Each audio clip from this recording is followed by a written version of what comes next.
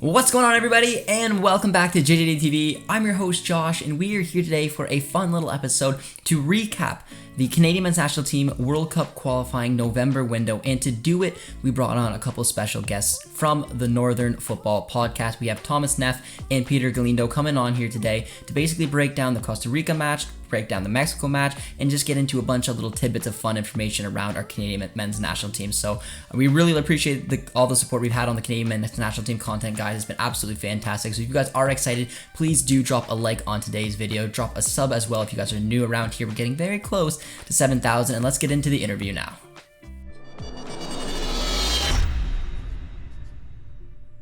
Alright guys, so we are joined today by two very special guests from the Northern Futbol podcast. We're gonna basically do some type of breakdown, take a look at what we just did over Costa Rica, what we did over Mexico, and just have a nice little roundup of the Canadian men's national team November window. So let's first introduce our lovely guests today. We're gonna start with Thomas. Thomas, how you doing today?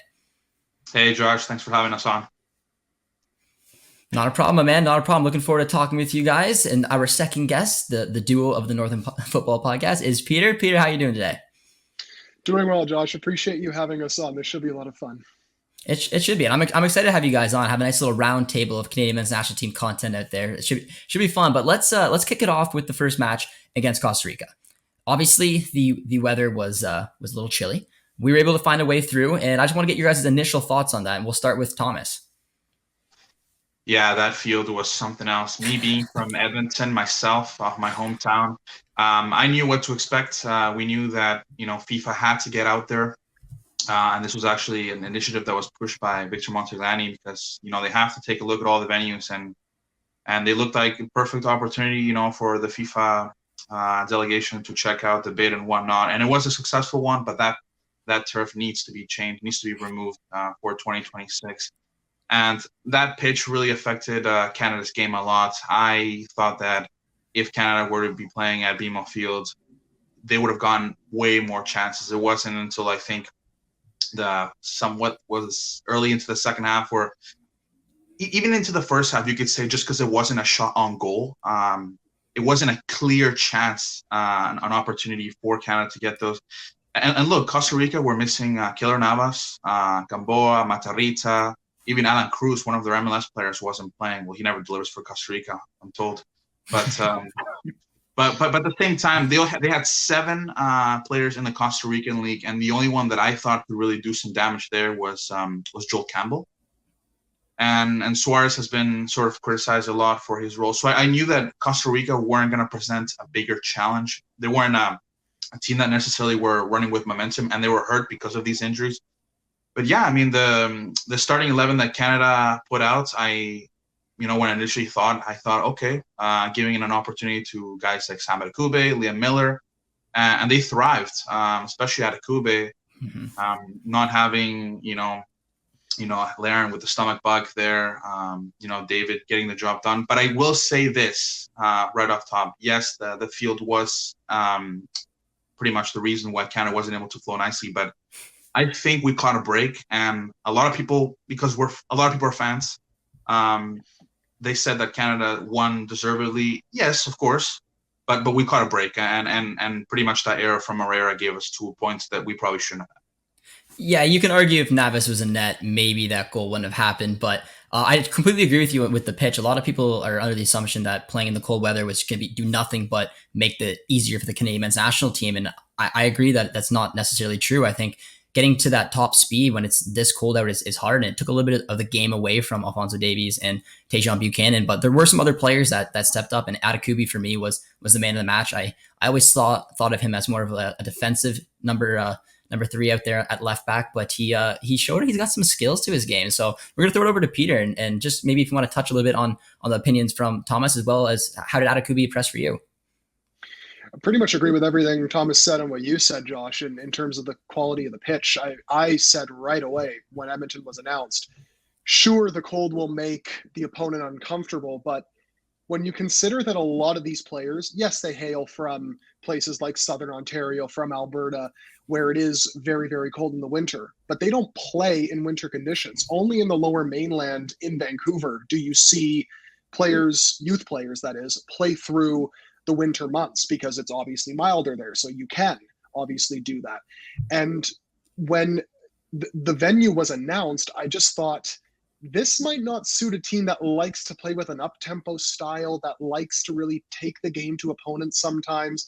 And it would probably play more into Costa Rica's hands than Mexico's hands. And that would be the one game that you would look at and say, that's the concern, because that would be the one winnable game of the two, so we thought at least, that you would target and say that has to be 3 points. They got away with it in the end. They didn't look particularly great, but this almost works into the narrative of maybe this Canadian team is a team of destiny, because even when you're not having your best day, even when the pitch isn't necessarily favorable, you find a way to win and you grind it out, and that's what they did. Adekubi for sure was the man of the match. I don't think there were very many other candidates. Some had decent games, but it's interesting, Josh, you point out that you maybe thought he was a little more defensive minded. No doubt about it. In his time at Vålerenga, he was very good defensively. But when you watch him going forward, he never always got the opportunity to do that. And when you saw him foray into the final third, he made a lot of stuff happen. You look at his underlying numbers, like his expected goals buildup, it was always among the best in terms of defenders in Norway, and just among the best in general among all players in Norway. And now that he's gotten this move to Turkey, to a better team in a slightly better league with Hatayspor, you're seeing now his two-way game really coming to light. John Herdman did mention post-match in that Costa Rica game that he had needed to maybe just show a little bit more, right? And he didn't really go into specifics, but you could maybe kind of see what that was. Just take more chances, really show more on the ball. And he did that, to his credit. And he was rewarded by then starting the next game against Mexico, which he should have, because he was very good in that Costa Rica game, 100%. Canada's best chances were generated through him. Yeah, absolutely. And you made a great point of how important a move can be for a player's development. And him moving to Turkey, he's taken that league by storm. He's been one of the standout performers, in my opinion. And now you're seeing it kind of move over to the national team. And in my opinion, before that, I would have thought that Richie Laryea was going to start at the left wing back, because I just love what Richie does going forward with those overlapping runs. I think him and Davies always connect well. So when I was building my predicted lineups, I found it hard to see Adekubi going in there, even though his club form was impressive. I just thought that it'd be hard to beat out Richie, because they've just been doing a great job in that left wing back position. But now it's, how do you get Adekubi out of the side? And it makes it a little bit more interesting to see how you fit Laryea and potentially Alistair Johnston, who was ultimately the one who was dropped for the Costa Rica match. But moving on to, I guess, to a player who maybe didn't live up to the hype that he was hoping on his homecoming, was Alphonso Davies in that match. And I guess I just want to throw it over to Thomas now and see what his thoughts were. Do you think that it was just a bit of nerves? Do you think it just the field played against his game? He was obviously trying a little bit too much, in my opinion, and I just think it's because he was just so excited for his homecoming, and it didn't really seem like the environment that he was able to maybe pull off some of those things with the weather. So, Thomas, what was your take on Davies' night? Yeah, Davies, he didn't really have his best two games. His homecoming to Edmonton, first time he's ever played in front of his home crowd after leaving Edmonton at the age of 13, 14, and then never looking back since.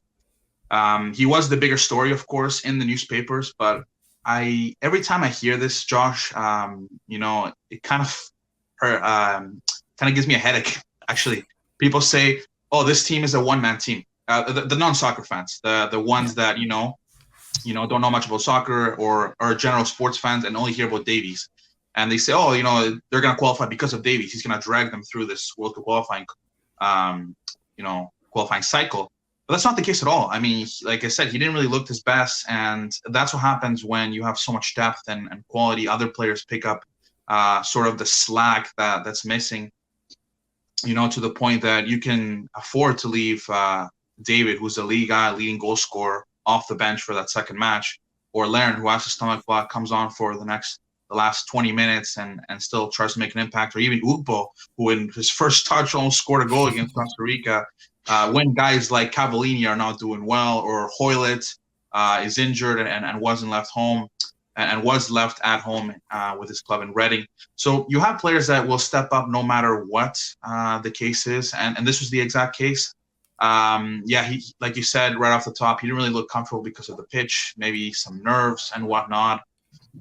I personally thought that, when he was lining up, he just wouldn't really, and maybe this has to do with the fact that, Adekubi did such a good job on the left-hand side at times when he went forward. But I thought that Davies was sort of changing his role. He was sometimes in that Costa Rica match, even he was kind of all over the field, and I thought he kind of looked a bit lost out there. Sometimes it even looked like he was trying to go too centered, like too in central of the field, and that's not really his role per se. But again, I mean, there's so many things that can impact a player's performance, and I thought at the same time he was utilized not the best way, but he wasn't really the story, just because when Canada win and they win the way they did, other players are sort of highlighted due to that massive victory. Yeah, and you made a good point there. I mean, when I think of, because Alphonso Davies obviously is the best player in Canada, he's the best player in CONCACAF in my opinion, and it's interesting because at club level he plays as a left back, but we know that he's so much more dangerous, and he's definitely playing for this Canadian team. He should be a little bit further up the pitch. I personally, I thought it was strategic when Herdman played him in the third match against Panama last window as a striker. But the thing about Alphonso Davies is, and you notice it when he takes his free kicks, when he takes his corners, he wants to be the guy. And sometimes being the guy is having the freedom to roll around. And I kind of think that's why Herdman likes to put him up as a striker. I personally don't think that's where Davies is at his strongest. I think his speed, his ability, his crossing is at his strength. And when he's playing on the wings, say in a 3-4-3 as a left winger, I think that's where you get the best out of him. So, Peter, I want to throw it to you. Where do you think in this Canada team, where do you think Davies' best formation and best position is? Because he can play as a left winger, he can play as a left attacking mid and say a 4-2-3-1, left wing back, and arguably as a striker with a bit of a freeing role, which I just don't think he's utilizing to his strength. So I'm curious what your thoughts are. Well, this is the beauty, isn't it? Having that flexibility for all players, right, in many different systems and formations. But I do agree with you, Josh. And I feel like I'm betraying 2019 Peter and 2020 Peter by saying this, because for the longest time, I was saying Davies should play up front. That's what this is before, of course, he got settled in at Bayern and really locked down a starting spot for himself, or was just starting to lock down a starting spot for himself, that he's still quite familiar being that guy up front from his time in Vancouver. And for that reason, and just because of how well he played, I think in that 2-0 win over the US in 2019, that probably influenced things a little bit more. I just thought that was his best role. But then the more he has played for Bayern at left back, the more integrated he's gotten into that team, especially now under Julian Nagelsmann, who loves wingbacks in Davies' mold. I think that's all the more reason to play him in a slightly deeper position. And then on top of that, you look at the Mexico game specifically. Maybe the Costa Rica match was a bit of a one-off just because of the pitch and just because it was his homecoming. John Herdman did make mention that he just played the occasion, not the game. But you look at the Mexico match specifically, him playing up front meant that he had far less time and space to receive the ball. And you saw the marking job that Sanchez and Araujo were doing on him in that game. They were doing very well to mark him tightly. At times, they wouldn't even leave him alone. They were just man marking him at all times. And when you do that on Davies, he's just far less effective, because as amazing as he is to watch on the ball, when he does try to do too much, maybe he takes a bit of a heavy touch, maybe the ball gets away from him, and then a turnover happens in the center of the pitch, and then boom, there's a counterattack the other way. And against teams like Mexico, who are a little more polished in that regard, like they have a little more tactical cohesion, they're just better players, they're going to read through that.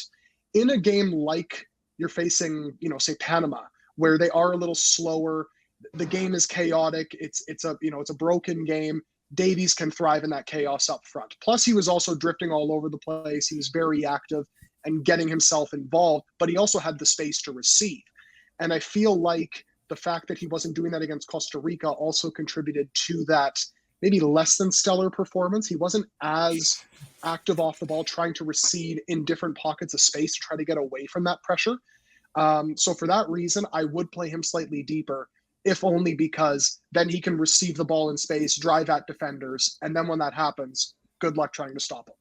Yeah, I actually love the point that you just made there. I personally like him in the 3-5-2. I mean, we have the personnel, we have the striker depth to play with two-striker system, and we have the versatility in wing backs with Davies, maybe Buchanan, Richie Larea, however you want to do it. And the point you make is totally there, because it's a lot harder to man mark someone when Davies doing a little bit on the defensive end and then being able to go forward as well, instead of just kind of hanging up as a winger waiting to receive the ball if indeed he does receive it. So that's an excellent point, and I do agree with you. I'm just curious because we haven't really seen that 3-5-2 system for a little bit. I'm curious to see if he's going to be brought back for for another match. But you mentioned the Mexico match, guys, so now it's time to really get into the bread and butter of this episode. And we just took 6 points from this World Cup qualifying window. We took 4 points of a possible 6 from the Mexican national team. We won 2-1. Atakubi did a cannonball in the snow.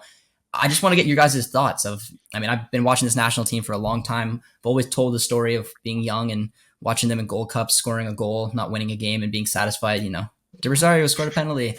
Times have changed. So, Thomas, we'll throw it over to you, man. What's your reaction and how are you feeling after that 2-1 win over Mexico? Yeah, by the way, that Sam Atakubi celebration, Canadian Heritage moment. And that Milan Borjan look. Look, I'm not sure if you look at the Mexican memes, but people are saying they look like Buzz Lightyear.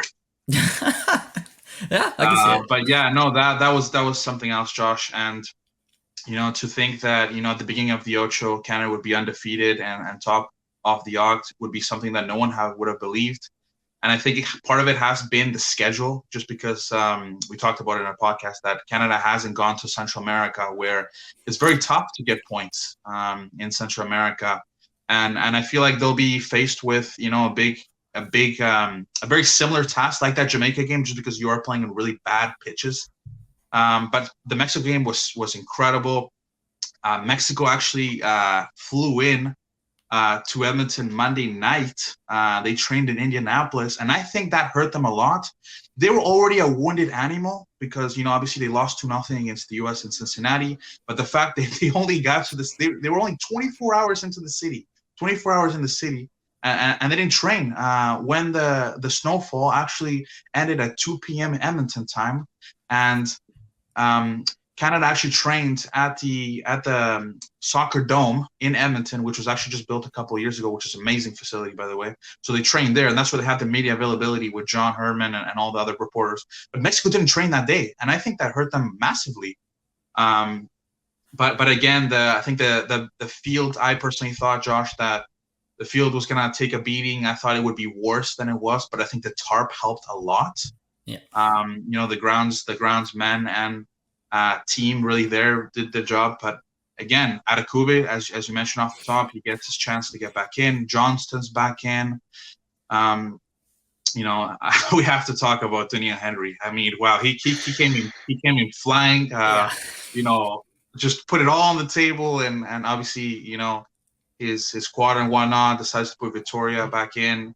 I actually like the decision that Eustáquio and Atiba Hutchinson, they really did nicely there. And when we look at that starting 11, Larin coming in and leaving David off the bench, that decision to have Larin play most of the match, made Herdman look like a genius, really. And this Mexico team really did not have any answer to it whatsoever. I don't like cliches, but you could tell that Mexico really was they were frozen out. Like they did not have any reaction whatsoever.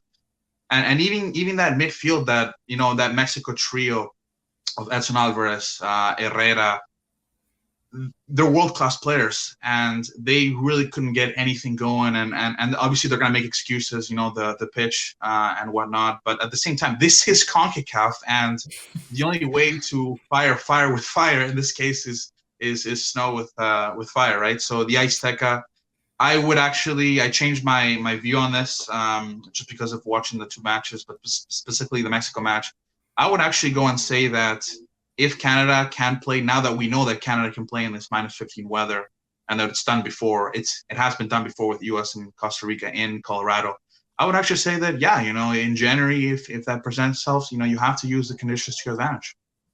Yeah, it's interesting too, and I agree with everything you say. And I'm going to get Peter to go in onto some of Herdman's tactics pretty well. I just want to put it out there that Canada, the one thing I liked about them in the Mexico game is that Herdman's built a mindset where they're just not scared anymore. They're simply not scared. They took the game to Mexico. Not only did they get the goal right before halftime, which is the best time to score, they came out in that second half, didn't sit back, took the game to them once again, made it 2-0. And then, in my opinion, I think the pitch killed the reason of us killing the game. When Tajon Buchanan and Davies had that 2-on-1, that should have been in the back of the net.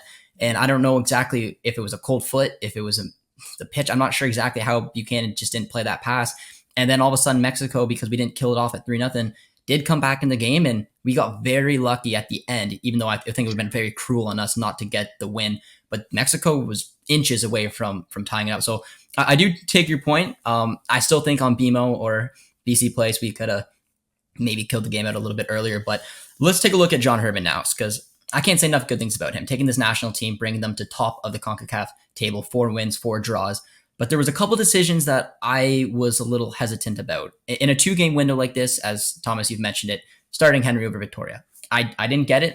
I heard rumors that there was a possibility of doing that, and I just could not put my mind around it. He came out like a truck and to begin with, a couple of aggressive tackles, picked up the yellow, got beat at least 2 or 3 times with speed until Herdman's like, all right, enough's enough. We're switching him out, putting Victoria, relaxed our back line. And then even at the end of the match, when we were kind of maybe looking to get those speedy players for counterattacks, he took off our speed and he put up Lucas Cavallini, who is a player who, as a lot of you guys are aware of, has got no form whatsoever for the Caps, and he chose him over Ugbo. I thought personally it was for set piece defending. That was my kind of ration of why he went on. So, Peter, we're going to throw it over to you now. What do you think was in Herdman's mindset when he decided to start Henry over Victoria and put Cavallini on late in the match? When it comes to Henry and Victoria, the only explanation I could think of was Victoria's knees on that surface. And for 180 minutes, could he really stand firm? Not to use that sort of a pun, but basically, would he be able to cope playing 2 full games on that surface in such quick succession, given his injury history? That was the only thing I could really properly think of.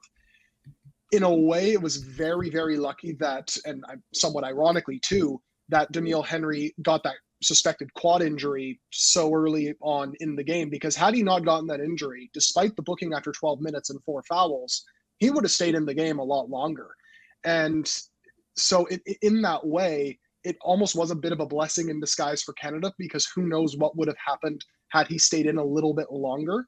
But in terms of actually making the choice other than that, I really can't see it, because even though he wasn't the most rambunctious we've seen him in that semifinal against Mexico, he was still responsible for conceding that penalty, although he was maybe slightly unlucky that Johnston made that late intervention on the ball and then knocked it out of his path. But still, why are you going to ground in that situation?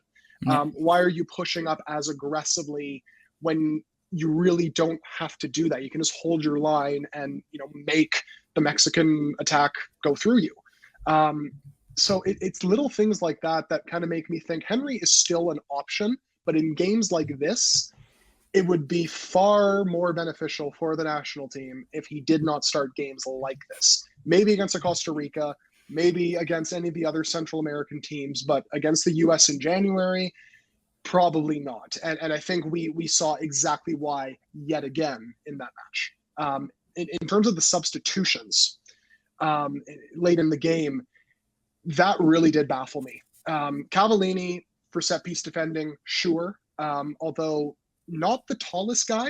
Ike Ugbo is a little bit taller. I know he had less familiarity with the group, but for that reason alone, you kind of think, all right, there's 1 point already in Ugbo's favor.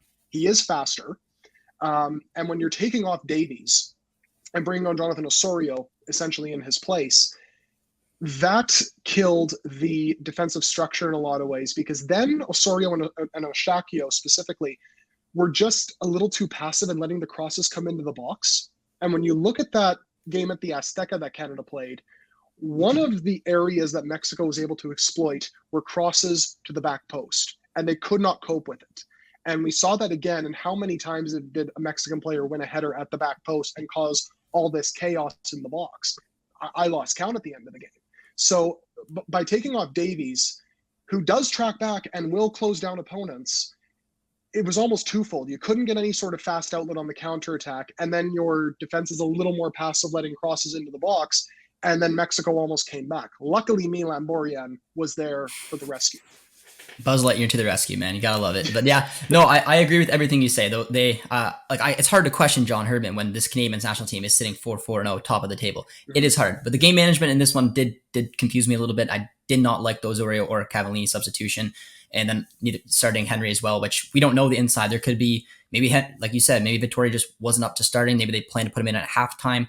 But yeah, it was a little bit honestly baffling. But at the end, we got lucky. So let's look forward now, guys. We are sitting top of the table, but the funny thing is, as comfortable as we think that we may be, we are 2 points away from fourth. Panama will not go away. They took points against the U.S. They've come back twice now, back to back. They seem like the real deal. And because I know there's a little bit of separation to that fifth, but if somehow Canada ends up in fourth, it's far from over. The interconfederational playoffs terrifies me. So looking at the next window, knowing that we're in Central America for 2 games, and as well as home against the U.S., it is a pretty hard schedule. So I want to throw it to Thomas. What's your expectations for the next window? Going to Honduras, going to El Salvador, being at home against a angry U.S. side. What do you think the points expectation should be? Well, I think anything less than 4 points is disappointing. Anything more than that is a bonus. That's what I would say. Two away matches in Central America, in San Salvador and San Pedro Sula. Hugo Perez of the El Salvador national team head coach, he actually said that they may be out. They may be out of it. And I'm quoting him directly here. I'm not making this up. And when you saw that kind of mentality, El Salvador, probably not yet mathematically eliminated, but I just don't think that Honduras, just because they have a history of going to the World Cups and they recently just have a new manager, I don't think they're completely out of it yet, maybe the points-wise, but I think they're still looking, even though they're still pretty hurt. But nonetheless, it's going to be very difficult to get any sort of points there. I would actually get Bobby Smirnotis, as you're a Forge fan, I'll get him to give Herdman a call and say, hey, you've played at the Olympico and the stadium in El Salvador. Tell me how the ball rolls and whatnot. I think that would be one of the few moments where you think, okay, Canadian soccer is actually working together for once. But I think it's going to be tough, especially the fact that you have the home game in between the 2 away games. I really wish that we had the 2 away games first and then the home game, or the home game first and then 2 away games. But it's going to be difficult. I think that Canada can get a win in Central America and either a draw or a win against the U.S. Maybe Canada qualifies, can clinch, qualification to Qatar. But at the same time, when you have only 14 European-based players that are in form, Canada is going to have to get creative here. Herdman will have to somehow, some way, go through the Canucks Abroad database, name by name, and see, okay, which names do we have in this position? Because, look, the second base option to Milan Borjan in form, Jason Lutweiler, League 2. All right, moving on. Right backs. Besides Johnson and Larea, Chris Tordick, not really great. Center back, I feel a little bit better because obviously Kennedy, if he's playing, he's still injured right now, but if he's playing, I think he could, get the job with Vitoria. Maybe play him. You have James who's playing for one of the worst teams, if not the worst team in Denmark. But I still have enough confidence that we can get it done. Cornelius Watashi didn't play in this window. But then in the midfield, it's tricky because in the midfield, you only have Eustachio, Atiba, and Witherspoon. You have 3 guys because Osorio can't play in MLS. So you are in big trouble there. Wingers, you're fine. Literally, you're completely fine. The only thing that I would say is Buchanan, maybe he will take some time to adjust in Belgium. Maybe by then he'd play 3 games off the substitution. But then even if he had played a couple games substitution, I'd still bring him back in. You'd hope that Hoylett would be back in. Cavallini, you're not bringing back in just because he's not in no form, but no MLS season. But forwards, I think you'll manage okay. For me, it's the central midfield, the center backs a bit, but specifically that right back spot.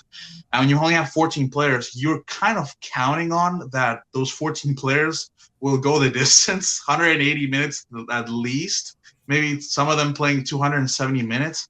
But I just think that they'll have to call up guys like Harry Payton. Maybe the center back position, maybe Halbuni. It's going to be tricky. I would say that I just hope that some players like Kay, like Johnston and whatnot, they make a move to Europe in January. But nonetheless, I think that's going to be the biggest challenge. But I think they'll be fine just because everything that we've learned, Josh and Peter, from this entire process is that Herdman, regardless if it's in a bad situation, a good situation, this is CONCACAF, and I think he'll manage to get 4 points out of this next window regardless. But again, he will have to count on those probably the same starting 11 or recurring starting 11 besides 3 or 4 players that will get 180. Maybe some of them will have to play 270 minutes.